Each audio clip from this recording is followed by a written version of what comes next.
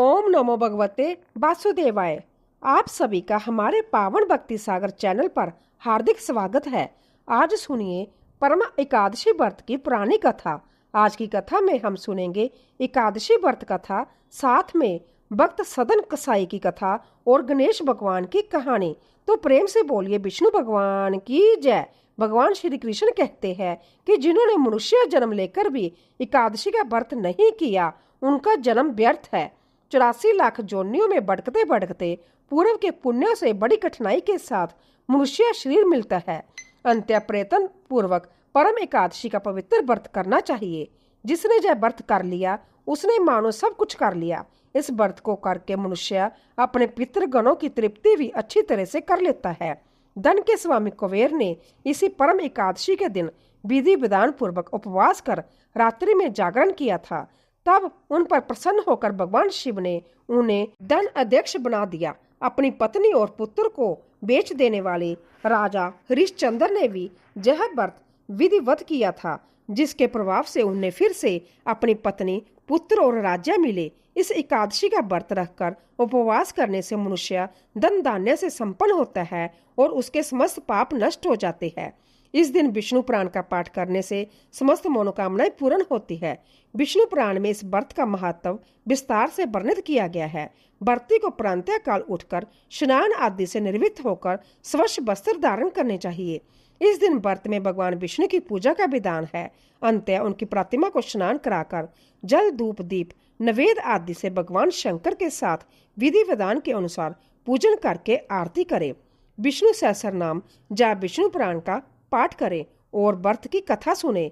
व्रत के दिन फलाहार करे, अन्न का सेवन न करे। हमारे पुराणों में वर्णित कथा इस प्रकार है। प्राचीन काल में कौंडिल्य नामक नगर में सुमेधा नाम का एक धर्मात्मा ब्राह्मण रहता था।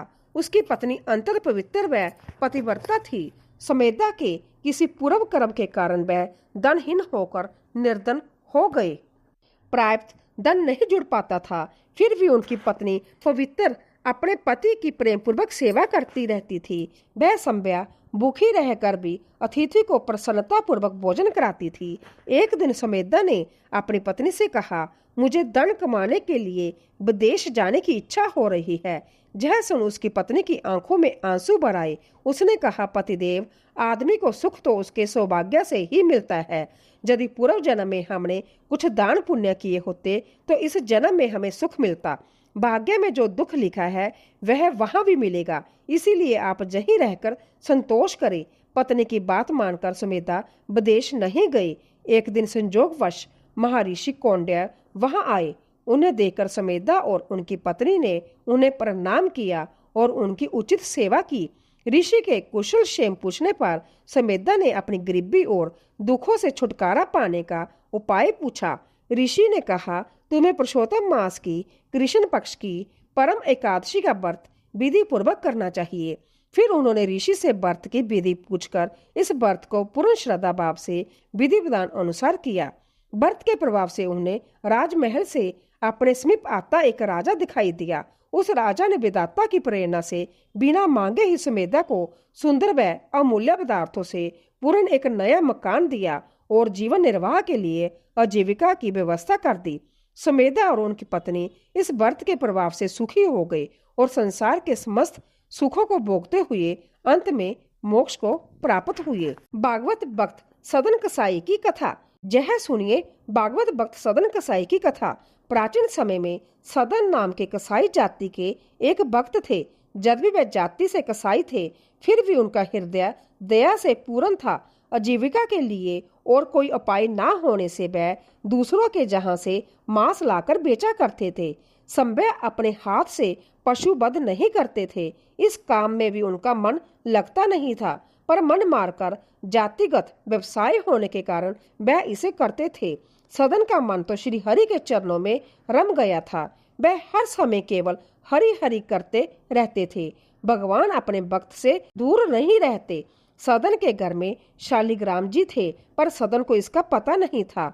वह शालिग्राम जी को पत्थर का एक बाट समझते थे और उनसे मांस तोला करते थे। एक दिन एक साधु सदन की दुकान के सामने से जा रहे थे। दृष्टि पड़ते ही वह शालिग्राम जी को पहचान गए। मांस विक्रेता कसाई के जहां अपवित्र स्थल में शालिग्राम जी को देखकर साधु को बड़ा क्लेश हुआ। वह सदन से मांगकर शालिग्राम जी को अपने साथ ले गए। सदन ने भी प्रसन्नता पूर्वक साधु को अपना वह बाट दे दिया। साधु बाबा अपनी कुटिया पर पहुंचे। उन्होंने विधि पूर्वक शालिग्राम जी की पूजा की, परंतु भगवान को उससे प्रसन्नता न हुई। रात में उन साधु को स्वप्न में भगवान ने कहा, तुम मुझे जहाँ क्यों ले आए? मुझे तो अपने भक्त सदन के घर में ही सुख मिलता है।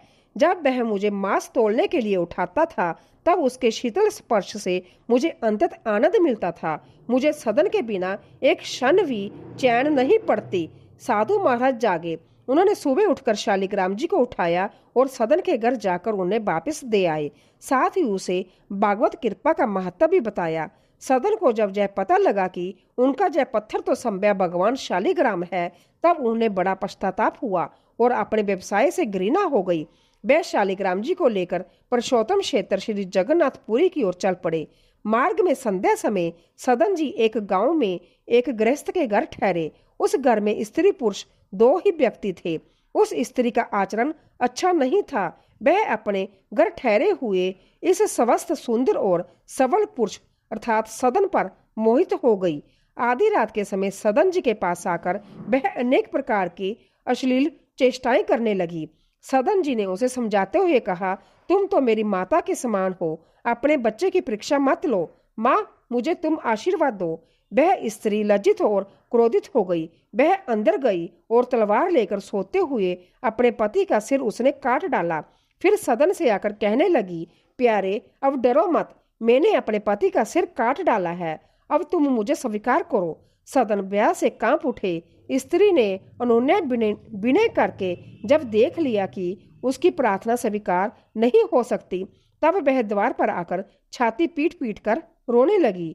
लोग उसका रुदन सुनकर एकत्रित हो गए। उसने कहा, इस जात्री ने मेरे पति को मार डाला और यह मेरे साथ बलात्कार करना चाहता था। लोगों ने सदन को खूब भला बुरा कहा, कुछ ने उन्हें मारा भी। मामला न्यायाधीश के पास गया। सदन तो अपने प्रभु की लीला देख रहे थे। अंत्य अपराध ना करने पर भी उन्होंने अपराध स्वीकार कर लिया। न्यायाधीश की आज्ञा से उनके दोनों हाथ काट दिए गए। सदन के हाथ कट गए। रुद्र अर्थात खून की धारा बहने लगी। उन्होंने इसे भी अपने प्रभु की कृपा ही माना। उनके मन में भगवान के प्रति तनिक भी रोष नहीं आया। भगवान के सच्चे भक्त इस प्रकार निरपराध कष्ट पाने पर भी अपने स्वामी की दया ही मानते हैं। भगवान नाम का कीर्तन करते हुए सदन जगन्नाथपुरी की ओर चल पड़े। उधर पुरी में प्रभु ने पुजारी जी को स्वप्न में आदेश दिया, मेरा भक्त सदन मेरे पास आ रहा है, उसके हाथ कट गए हैं, पालकी लेकर जाओ और उसे आदर पूर्वक ले आओ। पुजारी पालकी लेकर गए और आदर पूर्वक सदन को उसमें बिठाकर ले आए। सदन ने जैसे ही श्री जगन्नाथ जी को दंडवत करके कीर्तन के लिए बाहें उठाई, उनके दोनों हाथ पूर्वतः ठीक हो गए। प्रभु की कृपा से हाथ ठीक तो हुए, पर मन में शंका बनी ही रही कि वह क्यों काटे गए थे। रात में स्वप्न में भगवान ने सदन जी को बताया, तुम पूर्व जन्म में काशी में एक सदाचारी विद्वान ब्राह्मण थे। एक दिन एक गाय कसाई के घेरे से भाग जा रही थी। उसने तुरंत पुकारा। तुमने कसाई को जानते हुए भी गाय के गले में दोनों हाथ डालकर उसे भागने से रोक लिया। वही गाय यह स्त्री थी और कसाई उसका पति था। पूर्व जन्म का बदला लेने के लिए उसने अपने पति का गला काटा। तुमने व्याकुल गाय के दोनों हाथों से पकड़कर कसाई को सौंपा था। इसी पाप के कारण इस जन्म में तुम्हारे हाथ काटे गए। नाम कीर्तन गुणगान तथा भगवान के ध्यान में रहते हुए उन्होंने पुरुषोत्तम क्षेत्र में निवास किया और अंत में परम धाम को पधारे। तो प्रेम से बोलिए जगन्नाथ जी महाराज की जय। गणेश जी की कहानी। एक गांव था जिसमें एक सेठ जी अपने परिवार के साथ रहते थे। सेठ जी का गांव के पास के ही शहर में बड़ा व्यापार था। सेठ जी गणेश जी की पूजा पूरी श्रद्धा एवं विश्वास से करते थे, जिससे सेठ जी के घर में अन्न धन के भंडार सदैव भरे रहते थे। उनके जीवन में किसी भी प्रकार की कोई कमी नहीं थी। वह नित्य प्रतिदिन नियम अनुसार रोज नदी पर नहाने जाते और आकर गणेश जी की पूजा करते, उन्हें भोग लगाते, फिर संध्या भोजन करते थे। यह बात सेठानी जी को अच्छी नहीं लगती थी। वह धार्मिक नहीं थी और ईश्वर में इतना विश्वास नहीं रखती थी। एक बार सेठानी जी ने सोचा कि यह इतना गणेश जी को मानते हैं, गणेश जी की पूजा करते हैं, इससे होता क्या है। अगले दिन जब सेठ जी नदी पर नहाने जाते हैं तो सेठानी जी गणेश जी की मूर्ति को उठाकर एक कपड़े से ढककर बगीचे में जमीन के नीचे दबा देती है।